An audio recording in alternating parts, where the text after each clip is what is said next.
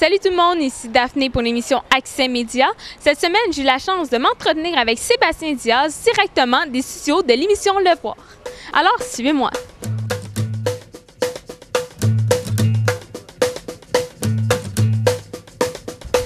Alors, on est présentement avec Sébastien Diaz. Comment ça va aujourd'hui? Ça va bien, vous autres? Toujours, toujours. Là, tu es animateur de l'émission Le Voir. En fait, qu'est-ce que l'émission en tant que telle? C'est vraiment, je pense que ceux qui lisent le journal se retrouvent dans l'émission. C'est vraiment le pendant télévisuel du journal. Donc, même le look de l'émission, les gens, il y en a qui pensent que c'est en noir et blanc, mais c'est comme gris. Donc, Patricia Beaulieu, la réalisatrice, voulait imiter l'encre, un peu du papier, le Voir qui tâche les doigts un petit peu. Les chroniqueurs que dans l'émission, c'est vraiment les vrais journalistes du Voir. On tourne au bureau du Voir. Donc, il y a ça. Puis, il y a le petit côté critique aussi qu'on retrouve dans le Voir, dans les articles aussi. Puis, est-ce que c'est possible d'avoir une petite visite guidée par Sébastien Diaz du plateau Le Voir? Oui, là, il y a Christian Saint-Pierre de Monsieur Théâtre, qui est, ça, c'est son bureau ici. C'est assez serré, hein, finalement, les bureaux. Oui, on est une famille tissée serrée. Oui, exactement. Donc, ça, c'est son bureau. Ce qui est le fun, c'est que chaque bureau est vraiment à l'image de la section. Donc, ici, théâtre, c'est vraiment tous des trucs de théâtre, des programmes de théâtre. Qu'est-ce que tu as d'autre? Donc, des trucs sur les comédies musicales, des trucs de danse. Scène de théâtre. À côté, là, tu vois, tu as un bureau à l'envers. Ah, là, c'est musique. Donc, c'est une autre personnalité. Donc, ici, c'est Olivier qui est là. Olivier qui est là. Ce qu'il faut savoir, là, c'est que le bureau avait pas l'air de ça du tout l'an dernier. Donc, il a été un petit peu renippé pour l'émission. Ça fait longtemps, je sais pas, ça faisait combien d'années, là, qu'il n'y avait pas eu de rénovation au bureau du Voir, mais ça ressemblait pas à ça par tout. C'est pas mal plus beau. Il y a ça. C'est le rédacteur en chef.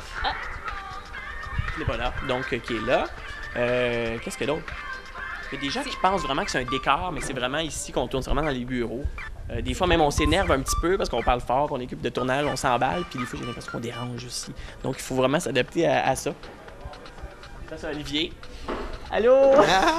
Il faisait comme si rien n'était, il faut qu'on aille le voir, mais comme là, tu vois Olivier vraiment en train d'écrire un article pendant que nous, on tourne puis qu'on fait beaucoup de bruit à côté. Ouais. Ça va bien? Oui, ça va. Puis aussi, mon bureau, il est pas si pire parce que j'ai fait le ménage juste avant les vacances, là, donc c'était un peu plus en ordre, mais oui, c'est mon vrai bureau où je travaille plus près. Il y a même des... Tu vois, lui aussi, là, il y a des petits... Olivier est très gamin, donc, par exemple, un Kurt Cobain toujours en train de jouer de la guitare, ici. Il y a la brique du Spectrum aussi, donc je suis pas peu fier. C'est vrai, hein, ça? Beaucoup de gens qui se sont lancés là-dessus quand ils ont démoli le Spectrum et ils ont réussi à avoir une brique. Faudrait pas que je l'échappe, hein? Bon, ça serait plat. Ça changerait pas grand-chose. Fan de hockey, évidemment. Ouais. Donc, je vais remettre ça là. Et par ici, qu'est-ce qu'on a d'autre? Il y a Tristan qui est là-bas, qui est tranquille. Il doit être en train de lire un livre. Tristan qui est Monsieur Littérature, ici, au voir. Allez voir. Ça, c'est le bureau de Manon qui fait cinéma. Sauf que là, cette semaine, elle est partie en France. La chanceuse interviewée, je pense qu'elle est allée interviewer Jean Dujardin. Je sais pas qui d'autre, mais en tout cas, plusieurs vedettes. D'ailleurs, Manon, ici, on peut fouiller pendant qu'elle n'est pas là. Profitons-en. Ça, c'est ses passes de festival. Manon, d'ailleurs, qui fait une festivalite aiguë parce qu'elle a trop couvert de festivals. Elle fait toutes sortes d'affaires, des passes de, tu vois, Festival de Cannes. Bon. Entre autres, Festival des films du monde, TV5. Manon a toutes sortes d'affaires. Et même un petit docteur, comment on l'appelle, non? Docteur Mamour, dans Docteur Grey. Parce qu'elle l'a rencontré, je pense, c'est la chanceuse. Donc voilà. On en profite. On en profite. Ça, c'est Tristan qui essaie de lire, malgré le vacarme. Il est en train de lire L'Homme d'Asmara, dont on a parlé la semaine dernière à l'émission. Donc ici, ça, c'est vraiment la bibliothèque du bureau. Et Tristan, je pense une fois par année, ou plus que ça, hein, tu fais des ventes. En fait, Une fois par année, oui. Ouais. On est en début de saison, il n'y en a pas trop. Les prix sont pas trop. Donc les gens peuvent acheter des livres dont Tristan veut se débarrasser, puis je pense que l'argent est remis à une œuvre de charité. Hein? C'est pas bien, ça. Et puis sinon, écoute, là, c'est le bureau. Là-bas, il y a la cafétéria. Vraiment, tout ça a été créé pour l'émission parce qu'avant, c'était vraiment bureau. Là. Ouais. Donc, c'est un peu ça, le voir. Sinon, après, là, les tâches continuent.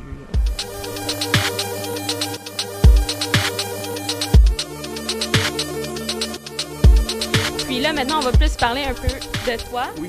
Tu es réalisateur, monteur, tu as été chroniqueur dans Star System, État critique. Depuis 3 ans, tu es chroniqueur à Sucré Salé. Tu écris dans plusieurs magazines que je nommerai pas parce que tu en as fait beaucoup. Ouais, là. beaucoup. Tu animes en ce moment l'émission Le Voir.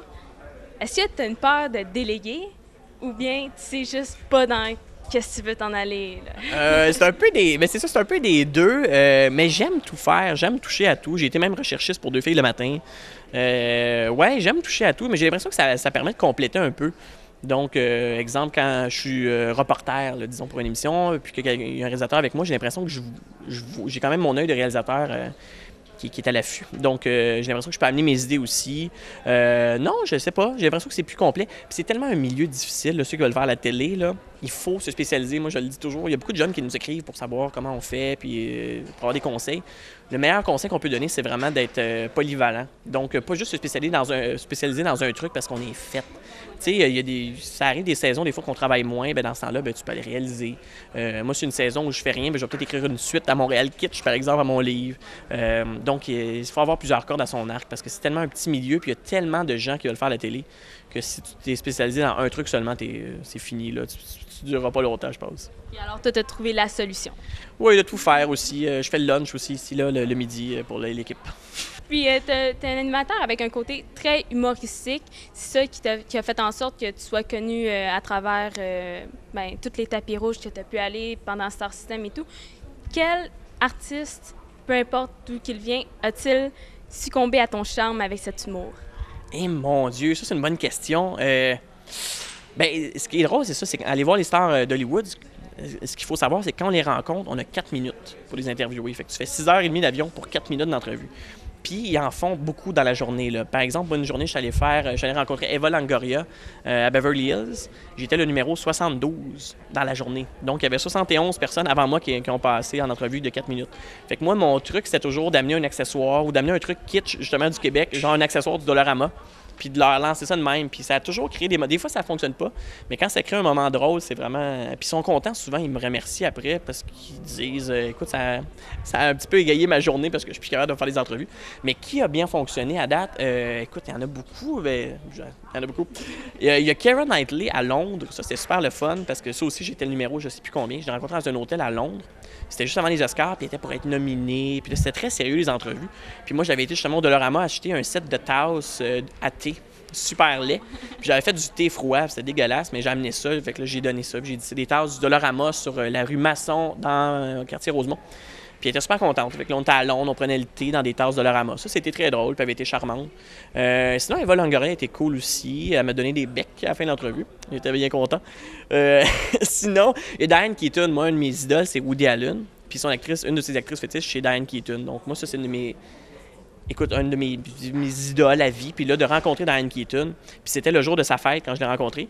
Donc j'avais fait un T-shirt super cheap avec ma face dessus. Puis j'avais marqué Maudite chanceuse pour ton anniversaire. Ça a été interviewé par Sébastien Diaz. J'ai écrit ça en français. Oh ouais. Puis elle était super contente. Elle l'a quasiment mis. Là, elle a montré ça à la caméra. Puis elle criait partout. Donc ça, c'était des beaux moments. Là. Diane Keaton, Keira Knightley, Eva Longoria. Puis la dernière question. En lisant beaucoup d'articles à ton sujet, j'ai pu voir que les gens écrivaient tout le temps vouloir t'avoir comme ami à cause de ton charisme et tout. C'est vrai, yeah! Oui. Alors, comment fais-tu en sorte pour que les gens t'apprécient autant lorsqu'ils t'écoutent à la télé et tout? Hey, je sais pas, c'est une bonne question. Tu m'en poses une bonne, là. Je savais pas, moi, que les gens... oui. Je sais pas, c'est peut-être parce que j'essaie d'être moi-même. Ceux qui me regardent à la télé, en tout cas qui me connaissent, mes amis, savent ce que je suis à la télé, c'est exactement comme ça que je suis dans la vie. Là, on se parle en ce moment, puis c'est de même, je suis dans l'émission aussi. Je pense pas que je joue un personnage. Faut dire que si j'animais genre le téléjournal, là, j'aurais pas le choix de jouer un petit personnage, mais non, je pense que je suis moi-même. Ouais, je pense que c'est ça. Je sais pas si c'est peut-être un truc aussi pour la télé. Je veux dire, si les gens vous disent que tu as du charisme, tu vas faire la télé, ben restez comme vous êtes, créez pas un personnage quand vous êtes devant un écran. Parce qu'on dirait toujours qu'on joue un personnage comme une caméra. Là, en ce moment, on se parle, mais jamais on s'accorde de même avec un micro, tu sais. Fait que c'est sûr qu'on est pas exactement nous-mêmes, mais je pense qu'il faut être le plus soi-même possible. J'imagine que je dois être quelqu'un de très attachant naturellement. Hey, mais tu m'en apprends une, c'est bon ça. Ça fait plaisir. Ben oui, j'aimerais remercier ma mère et mon père qui m'ont élevé comme ça. Alors, on te remercie beaucoup. Puis c'était super intéressant de venir aujourd'hui sur les plateaux du Voir. Alors, on a aimé vous avoir. Puis en plus, elle a même joué une figurante. Fait que si vous regardez l'émission, je sais pas si ça va être diffusé cette semaine, mais l'émission de cette semaine, on va te voir passer à un moment donné dans le bureau, comme si c'était un employé du Voir. Ben c'est nouveau, écoute. Ben puis on peut voir ton émission, en fait, le voir à tous les mercredis à 21h à Télé-Québec. Télé-Québec, il y a plein de reprises. Et aussi, il y a beaucoup de gens qui la regardent sur Internet. Parce qu'à 10h le mercredi soir, à partir de 10h, pour l'écouter, puis c'est là pour le reste de l'éternité. Non, mais dans le sens que les émissions sont toujours là. On peut regarder des bouts d'entrevues. S'il y a des bouts que vous avez aimés, vous pouvez les partager même sur Facebook. Fait que voilà. Merci beaucoup. Ben, merci à vous autres. Salut. Alors, c'est ainsi que se termine mon entrevue avec Sébastien Diaz. J'aimerais le remercier de sa générosité et je remercie aussi toute l'équipe de l'émission Le Voir qui nous ont permis de prendre des images sur le plateau. Alors, on se revoit sur une prochaine émission d'Accès Média.